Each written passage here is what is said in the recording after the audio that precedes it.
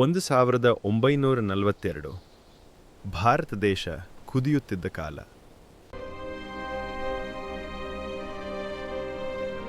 ಬ್ರಿಟಿಷರು ಕೇವಲ ಆಡಳಿತ ಮಾಡಲಿಲ್ಲ, ಅವರು ಜನರ ಗೌರವವನ್ನೇ ಕಸಿದುಕೊಂಡರು. ಅನ್ಯಾಯ ತೆರಿಗೆ, ಬಲವಂತದ ನಿಯಮಗಳು, ಅಪಮಾನಕರ ವರ್ತನೆ. ಇಸೂರಿನ ಜನ ಮೌನವಾಗಿರಲಿಲ್ಲ. ಅವರು ನಿರ್ಧರಿಸಿದರು, ನಮ್ಮ ಮೇಲೆ ಯಾರೂ ಆಳಬಾರದು. 1942 ಆಗಸ್ಟ್ ಕ್ವಿಟ್ ಇಂಡಿಯಾ ಚಳವಳಿ ದೇಶಾದ್ಯಂತ ಹರಡುತ್ತಿದ್ದಾಗ ಇಸೂರಿನ ಜನರು ಘೋಷಿಸಿದರು, ಇಸೂರು ಬ್ರಿಟಿಷರ ಆಡಳಿತವನ್ನು ಒಪ್ಪುವುದಿಲ್ಲ. ಅವರು ತಮ್ಮದೇ ಆಡಳಿತ ಘೋಷಿಸಿದರು, ಸ್ವತಂತ್ರ ಇಸೂರು. ಬ್ರಿಟಿಷರಿಗೆ ಇದು ಸವಾಲು. ಅವರು ಪೊಲೀಸರನ್ನು ಕಳಿಸಿದರು, ಆದರೆ ಇಸೂರಿನ ಜನರು ಹಿಂದೆ ಸರಿಯಲಿಲ್ಲ.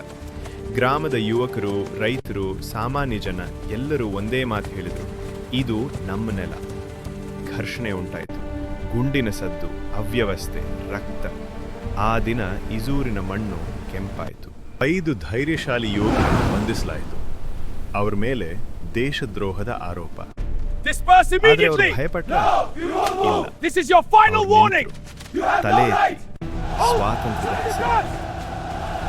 1943 ಅವರಿಗೆ ಫಾಸಿ ಶಿಕ್ಷೆ ವಿಧಿಸಲಾಯಿತು. ಅವರ ಕೊನೆಯ ಮಾತು, ಭಾರತ ಮಾತಾ ಕಿ ಜೈ.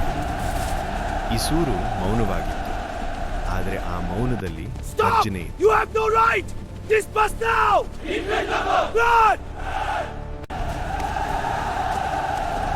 ಇಸೂರು ಕೇವಲ ಒಂದು ಹಳ್ಳಿ ಅಲ್ಲ, ಅದು ಕರ್ನಾಟಕದ ಸ್ವಾತಂತ್ರ್ಯ ಇತಿಹಾಸದ ಅಧ್ಯಾಯ.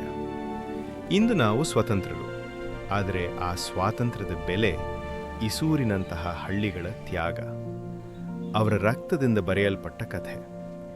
ಇಸೂರು ನಮಗೆ ಕಲಿಸುತ್ತದೆ, ಧೈರ್ಯಕ್ಕೆ ಗಾತ್ರ ಬೇಕಿಲ್ಲ, ಸ್ವಾತಂತ್ರ್ಯಕ್ಕೆ ಹೆಸರೇ ಸಾಕು. ಇದು ಇಸೂರು, ಸ್ವಾತಂತ್ರ್ಯದ ಜ್ವಾಲೆ.